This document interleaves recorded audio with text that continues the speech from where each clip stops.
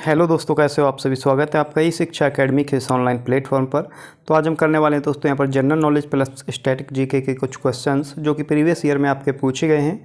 तो ये आपका दोस्तों उपयोगी होने वाला है बीएसएफ, एसएससी और इसके साथ में दोस्तों आपका CISF driver, ITBP driver, SSB driver, UP police, Delhi police या फिर आपका कोई भी वनडे कॉम्पिटिटिव एग्जाम जो है अगर वो आप दे रहे हैं तो उन सभी के लिए ये जो है आपका दोस्तों काफ़ी उपयोगी रहने वाला है। तो चलिए दोस्तों स्टार्ट करते हैं। पहला क्वेश्चन है आपका, निम्नलिखित में से कौन सा संयोजन स्रोत और स्क्रीन का एक अपारदर्शी वस्तु की सबसे तेज छाया उत्पन्न करता है। ऑप्शन नंबर 1 है आपका एक बिंदु स्रोत और एक अपारदर्शी स्क्रीन, या फिर आपका ऑप्शन नंबर 2 है एक विस्तारित स्रोत और एक अपारदर्शी स्क्रीन, या फिर 3 है आपका एक बिंदु स्रोत और एक पारदर्शी स्क्रीन। नेक्स्ट है आपका दोस्तों एक विस्तारित स्रोत और एक पारदर्शी स्क्रीन। तो इसका जो करेक्ट आंसर होगा वो होगा आपका ऑप्शन नंबर ए, एक बिंदु स्रोत और एक अपारदर्शी स्क्रीन। क्या होगा दोस्तों, ऑप्शन नंबर 1 जो है वो आपका करेक्ट आंसर हो जाएगा। नेक्स्ट क्वेश्चन की अगर हम बात करते हैं तो नेक्स्ट क्वेश्चन है आपका, जो जल है दोस्तों, जब जल का पीएच के आसपास हो तो क्लोरीन एक कीटाणु शोधक के रूप में सबसे अच्छा काम करता है। तो दोस्तों जल का पीएच कितने के आसपास हो, 9 के हो, 10 के हो, 7 के हो या फिर 5 के हो। तो 7 के आसपास तब होता है जल का पीएच। तो दोस्तों क्लोरीन जो है एक कीटाणु शोधक के रूप में अच्छा कार्य करता है, यानी कि ऑप्शन नंबर 3 जो है वो आपका करेक्ट आंसर हो जाएगा। नेक्स्ट क्वेश्चन दोस्तों, निम्नलिखित में से कौन सा देश नाटो का 31वां सदस्य बना है। ऑप्शन नंबर 1 है आपका स्वीडन, ऑप्शन नंबर 2 है अर्जेंटीना, ऑप्शन नंबर 3 है फिनलैंड, या फिर ऑप्शन नंबर 4 है आपका जॉर्जिया। तो दोस्तों जो नाटो का 31वां सदस्य बना है वो है आपका दोस्तों फिनलैंड। क्या है दोस्तों, ऑप्शन नंबर 3 फिनलैंड जो है वो आपका दोस्तों करेक्ट आंसर हो जाएगा। तो इसमें दोस्तों फिनलैंड से संबंधित कुछ बातें हैं आपकी। फिनलैंड जो है वो तो दोस्तों 4 अप्रैल 2023 को अपनी सुरक्षा नीति में एक ऐतिहासिक बदलाव को पूरा करते हुए उत्तरी अटलांटिक संधि संगठन नाटो का नवीनतम सदस्य जो है और वो दोस्तों ये बन गया है। नेक्स्ट अगर हम क्वेश्चन की बात करते हैं तो जो शक्ति है, शक्ति का ऐसा ही मात्रक क्या होता है। कूलम्ब होता है, वॉट होता है, जूल होता है या फिर एम्पियर होता है। तो दोस्तों शक्ति जो है, शक्ति का जो ऐसा ही मात्रक होता है वो होता है आपका वॉट। क्या होता है दोस्तों, वॉट जो है वो इसका मात्रक होता है। नेक्स्ट क्वेश्चन है दोस्तों आपका, सिकंदर ने किसके शासनकाल के दौरान भारत पर आक्रमण किया। ऑप्शन नंबर 1 है चंद्रगुप्त मौर्य, ऑप्शन नंबर 2 है धनानंद, ऑप्शन नंबर 3 है दोस्तों एकाग्रमस, या फिर ऑप्शन नंबर 4 इनमें से कोई नहीं। तो सिकंदर ने दोस्तों धनानंद के शासनकाल के दौरान जो है भारत पर आक्रमण किया था। कब किया था दोस्तों, धनानंद के शासनकाल के दौरान। इसके बाद में नेक्स्ट अगर बात करते हैं, इससे संबंधित कुछ यहाँ पर दोस्तों इम्पोर्टेंट नोट हैं, एक बार उनको देख लेंगे। सिकंदर दोस्तों 326 ईसा पूर्व में भारत आया था। सिकंदर ने ईरान और इराक के साथ साथ एशिया माइनर पर भी विजय प्राप्त की। इसके बाद उसने ईरान से उत्तर पश्चिमी भारत की ओर कूच किया। जब सिकंदर ने भारत पर आक्रमण किया तो पूरे उत्तर भारत पर जिस राजवंश का शासन था वह था मगध साम्राज्य का नंद वंश। जिस समय सिकंदर ने भारत पर आक्रमण किया उस समय मगध का राजा धनानंद था, और जो कि राजवंश के अंतिम शासक थे। किसके दोस्तों, जो राजवंश के अंतिम शासक थे। नेक्स्ट अगर हम क्वेश्चन की बात करते हैं तो नेक्स्ट क्वेश्चन है दोस्तों, 2011 की जनगणना के अनुसार भारत का सबसे कम जनसंख्या वाला राज्य कौन सा है। ऑप्शन नंबर 1 है अरुणाचल प्रदेश, ऑप्शन नंबर 2 है सिक्किम, ऑप्शन नंबर 3 है मिजोरम, या फिर ऑप्शन नंबर 4 है गोवा। तो 2011 की जो जनगणना हुई थी उसके दोस्तों अनुसार भारत का जो सबसे कम जनसंख्या वाला राज्य है वो है आपका सिक्किम। ऑप्शन नंबर 2 जो है वो आपका दोस्तों करेक्ट आंसर हो जाएगा। इसमें दोस्तों कुछ इंपॉर्टेंट नोट हैं, एक बार उनको देख लेंगे। 2011 की जनगणना के अनुसार सिक्किम भारत का सबसे कम जनसंख्या वाला राज्य था। इसके बाद में दोस्तों नेक्स्ट अगर हम बात करते हैं तो नेक्स्ट है 6.71 लाख की जनसंख्या वाला सिक्किम देश का सबसे कम जनसंख्या वाला राज्य था। कितनी थी उसकी जो जनसंख्या थी वो थी 6,71,000, यानी कि 6.71 लाख। इसके बाद में 2011 की जनगणना के अनुसार इसमें जो आपकी जनगणना थी वो दोस्तों आपकी CM चंद्रमौली 2011 की भारतीय जनगणना के लिए भारत के रजिस्ट्रार जनरल और जनगणना आयुक्त थे। उत्तर प्रदेश सबसे अधिक आबादी वाला राज्य है महाराष्ट्र दूसरा सबसे अधिक जनसंख्या वाला राज्य है। देश में लिंगानुपात प्रति 1000 पुरुषों पर 940 महिलाओं का था। कितने पर दोस्तों? 1000 पुरुषों पर 940 महिलाओं का था। इसके बाद में बात करते हैं हरियाणा में सबसे कम लिंगानुपात था, जहाँ पर 1000 पुरुषों पर सिर्फ 877 महिलाएं थीं। बिहार की जनसंख्या का घनत्व सबसे अधिक है।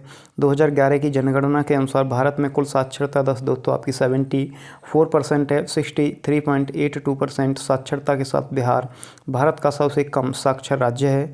गोवा सबसे अधिक शहरीकृत राज्य है, जिसमें 62.17 यानी कि 62.17% जनसंख्या शहरी क्षेत्र में रहती है। तो ये दोस्तों आपके जनगणना से जुड़े हुए कुछ महत्वपूर्ण पॉइंट थे जो मैंने आपको बताए। इसके बाद में नेक्स्ट क्वेश्चन है, हुगली नदी के तट पर पहला अंग्रेजी कारखाना किस वर्ष स्थापित किया गया था? ऑप्शन नंबर 1 है 1651, ऑप्शन नंबर 2 है 1621, ऑप्शन नंबर 3 है 1649 या फिर ऑप्शन नंबर 4 है आपका 1649। तो हुगली नदी के तट पर पहला अंग्रेजी जो कारखाना था वो आपका 1651 में स्थापित किया गया। कब दोस्तों? 1651 में जो है इसको स्थापित किया। इसके बारे में कुछ बातें हैं। पहला अंग्रेजी कारखाना 1651 में बंगाल के हुगली नदी के किनारे स्थापित किया गया था। ईस्ट इंडिया कंपनी ने व्यापारियों को कारखाने के पास बसने के लिए मना किया। किसने दोस्तों? ईस्ट इंडिया जो कंपनी थी उसने व्यापारियों को कारखानों के पास बसने के लिए मना किया। 1696 तक कंपनी ने हुगली बस्ती के चारों ओर एक किले का निर्माण जो है वो इन्होंने शुरू किया। नेक्स्ट अगर क्वेश्चन की बात करते हैं तो नेक्स्ट क्वेश्चन है दोस्तों आपका मलक का जल डमरू कौन सा दोस्तों? मलक का जल डमरू मध्य अलग करता है सुमात्रा और बोर्नियो को, सुमात्रा और जावा को, मलेशिया और जावा को, या फिर मलेशिया और सुमात्रा को। तो ये दोस्तों किसको अलग करता है? ये करता है दोस्तों, किसको करता है? ये करता है आपका मलेशिया और सुमात्रा को। किसको दोस्तों? मलेशिया और किसको करता है? तो ये करता है आपका दोस्तों मलेशिया और सुमात्रा, यानी कि ऑप्शन नंबर 4 जो है वो आपका करेक्ट आंसर हो जाएगा। इसके बारे में कुछ दोस्तों यहाँ पर इम्पोर्टेंट पॉइंट हैं। क्या हैं? यह है मलय प्रायद्वीप और सुमात्रा के इंडोनेशियाई द्वीप को विभाजित करता है। मलक का जल डमरू मध्य हिंद महासागर और प्रशांत महासागर को जोड़ता है।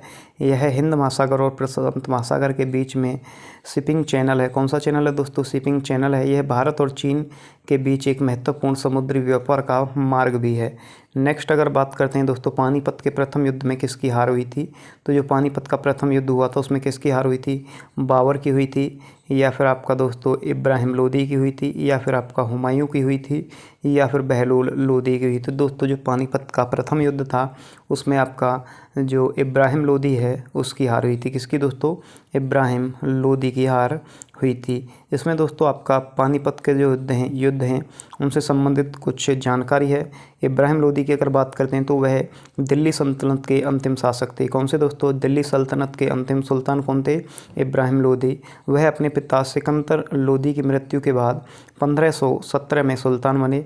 1526 में काबुलिस्तान के राजा बाबर की मुग़ल सेना ने पानीपत के प्रथम युद्ध में इब्राहिम लोदी की बहुत बड़ी सेना को हरा दिया था। वह युद्ध में मारा गया। कौन दोस्तों? इब्राहिम लोदी। एडिशनल इन्फॉर्मेशन अगर बात करते हैं दोस्तों पानीपत के प्रथम युद्ध की, जो कि आपका 1526 में हुआ।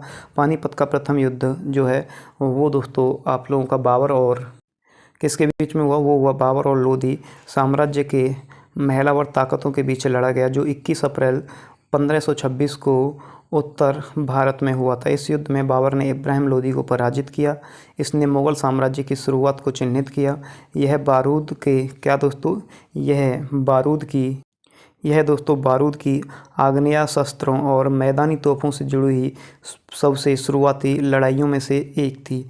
इसके बारे में बात करते हैं दोस्तों आपका नेक्स्ट आपकी पानीपत की द्वितीय युद्ध की, तो वो हुआ था दोस्तों 1556 में। पानीपत का दूसरा युद्ध सम्राट हेमचंद्र विक्रमादित्य की सेना के बीच लड़ा गया था, जिसमें लोकप्रिय रूप से हेमू कहा जाता है। किसको दोस्तों? जो आपका हेमचंद्र था उसको हेमू कहा जाता था। 5 नवंबर 1556 को हिंदू राजा ने, जो कि आपका दिल्ली के उत्तर भारत पर एक अकबर की सेना पर शासन कर रहा था। क्या है दोस्तों? 5 नवंबर 1956 को हिंदू राजा जो दिल्ली के उत्तर भारत पर और अकबर की जो सेना थी दोस्तों उस पर शासन कर रहा था। यह अकबर के सेनापति क्या दोस्तों यह अकबर के सेनापतियों खान जनाब प्रथम और बैरम खान के लिए एक निर्णायक जीत थी। बात करते हैं दोस्तों आपका तीसरा पानीपत का तृतीय युद्ध। पानीपत का तृतीय युद्ध जो है वो दोस्तों आपका 14 जनवरी 1761 को दिल्ली के लगभग 660 मील यानी कि 95.5 किलोमीटर जो है उत्तर में पानीपत में हुआ था। इसके बाद में दोस्तों यहाँ पर क्या है मराठा साम्राज्य और उत्तरी अभियान दल की अफ़गानिस्तान राजा कौन दोस्तों अफ़गानिस्तान राजा अहमद शाह दुर्रानी के दो भारतीय मुस्लिम सहयोगियों दुआ और रोहितुल्लाह अफ़गान के अवैध के कौन दोस्तों रोहितुल्लाह अफ़गान के अवध और नवाब शुजाउद्दौला के संगठन के बीच जो है गठबंधन के बीच आपका लड़ा गया था। दुर्रानी अफ़गान सेना और उनके सहयोगी अंततः जीत गए और मराठों को पराजित किया। हुमायूं जो है हुमायूं दोस्तों यह बाबर का पुत्र था। उसकी आत्मकथा हुमायूं नामा उसकी बहन गुलबदम बेगम ने लिखी थी। किसने लिखी थी? गुलबदन बेगम ने। बात करें दोस्तों बहलोल लोदी की तो दोस्तों बहलोल लोदी जो थे वो दोस्तों आपके पश्तून लोदी जनजाति के प्रमुख थे। वह दिल्ली सल्तनत के लोदी वंश के संस्थापक थे। वह घोड़ों के व्यापार में शामिल था। किसके में दोस्तों? घोड़ों के व्यापार में। एक बार अपनी बारीक नस्ल के घोड़ों को सैयद वंश के सुल्तान मोहम्मद शाह को बेच दिया था। नेक्स्ट अगर हम बात करते हैं तो नेक्स्ट आपका दोस्तों क्वेश्चन नंबर 10, निम्नलिखित में से कौन सा स्टार्टअप भारत का पहला यूनिकॉर्न स्टार्टअप जो है बन गया है?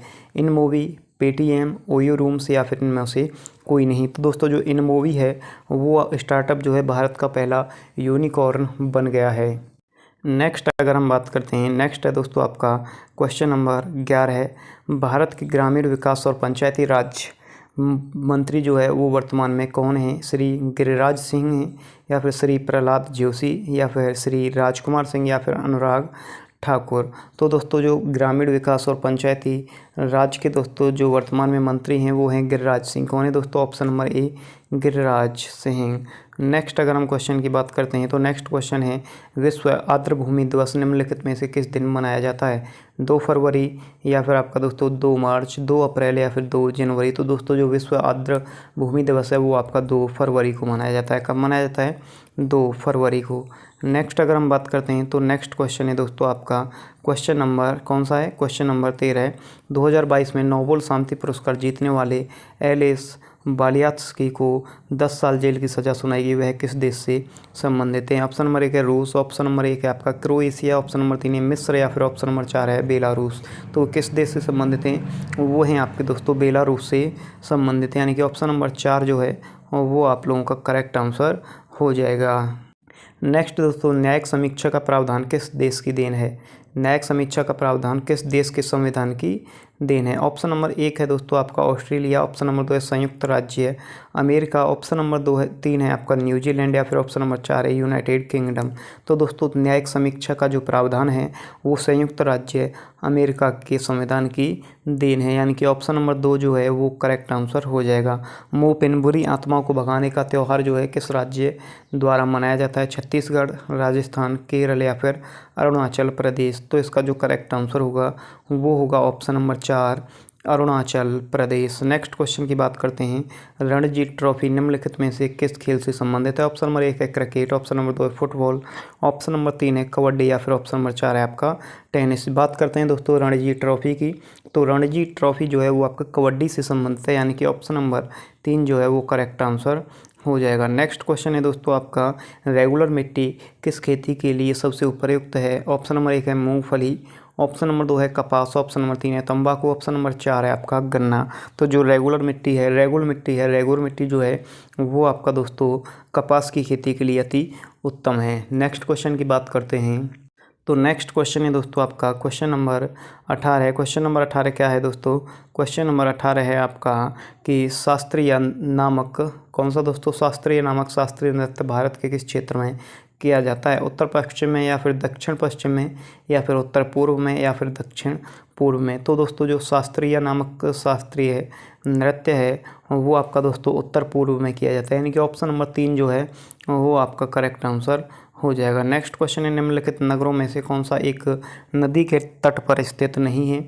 आगरा या फिर पटना या फिर आपका भोपाल या फिर आपका दोस्तों कोलकाता। कौन सा नहीं है दोस्तों? तो इनमें से जो भोपाल है वो दोस्तों किसी भी नदी के तट पर स्थित नहीं है, यानी कि ऑप्शन नंबर 3 जो है वो आपका करेक्ट आंसर हो जाएगा। नेक्स्ट क्वेश्चन है आपका, टेलीविज़न का आविष्कार किसने किया था? न्यूटन ने, ग्राहम बेल ने, या फिर आपका दोस्तों वॉटसन ने, या फिर आपका J.L. बेयर्ड ने। तो दोस्तों टेलीविज़न का आविष्कार किया था J.L. बेयर्ड ने। किसने? J.L. बेयर्ड्स ने। इसका जो करेक्ट आंसर था वो था आपका 4। नेक्स्ट क्वेश्चन है दोस्तों, निम्नलिखित में से कौन सा रासायनिक परिवर्तन का उदाहरण नहीं है? एक पौधे की वृद्धि होना, लोहे में जंग लगना, पानी का जमना, या फिर मोमबत्ती का जलना। तो इसमें से जो रासायनिक परिवर्तन है वो दोस्तों पानी का जमना जो है वो आपका रासायनिक परिवर्तन नहीं है। तो इसका जो करेक्ट आंसर था वो तो आपका ऑप्शन नंबर 3। नेक्स्ट क्वेश्चन की बात करते हैं तो नेक्स्ट क्वेश्चन है आपका, भारत में मौद्रिक नीति निम्नलिखित में से कौन बनाता है? सांख्यिकी और कार्यक्रम कार्यान्वयन मंत्रालय, भारत का वित्त आयोग, नीति आयोग, या रिजर्व बैंक। तो दोस्तों मौद्रिक नीति जो है वो बनाता है भारतीय रिजर्व बैंक। ऑप्शन नंबर 4 जो है वो आप लोगों का दोस्तों करेक्ट आंसर हो जाएगा। नेक्स्ट क्वेश्चन है, निम्नलिखित में से कौन सा वेद जो है वो आपका सबसे पुराना है? ऑप्शन नंबर 1 है यजुर्वेद, या फिर ऋग्वेद, या फिर अथर्ववेद, या फिर सामवेद। तो सबसे पुराना जो वेद है वो है आपका दोस्तों ऋग्वेद। ऑप्शन नंबर 2 जो है वो आपका करेक्ट आंसर हो जाएगा। नेक्स्ट क्वेश्चन है आपका, पुस्तक एनिहिलेशन ऑफ कास्ट के लेखक कौन है? Doctor B.R. अम्बेडकर, या फिर G.S. घू, या फिर G.H. हट्टन, या फिर दोस्तों M.N. श्रीनिवास। तो इसका जो करेक्ट आंसर है वो है doctor B.R. Ambedkar. Option number 1 जो है वो आपका करेक्ट आंसर हो जाएगा। नेक्स्ट क्वेश्चन की बात करते हैं तो नागार्जुन सागर बहुउद्देशीय परियोजना किस नदी पर बनाई गई? ऑप्शन नंबर 1 है ताप्ती, ऑप्शन नंबर 2 है कोसी, ऑप्शन नंबर 3 है कृष्णा, ऑप्शन नंबर 4 है गोदावरी। तो दोस्तों जो नागार्जुन सागर बहुउद्देशीय परियोजना है वो आपकी कृष्णा नदी पर बनाई गई है। ऑप्शन नंबर 3 जो है वो आपका करेक्ट आंसर हो जाएगा। तो दोस्तों इस वीडियो में इतना ही, मिलते हैं जल्द ही आपसे दोस्तों नेक्स्ट वीडियो में। तब तक के लिए थैंक यू दोस्तों। अगर आपने अभी तक हमारे चैनल को सब्सक्राइब नहीं किया है तो जल्दी से चैनल को सब्सक्राइब कीजिएगा। बाय।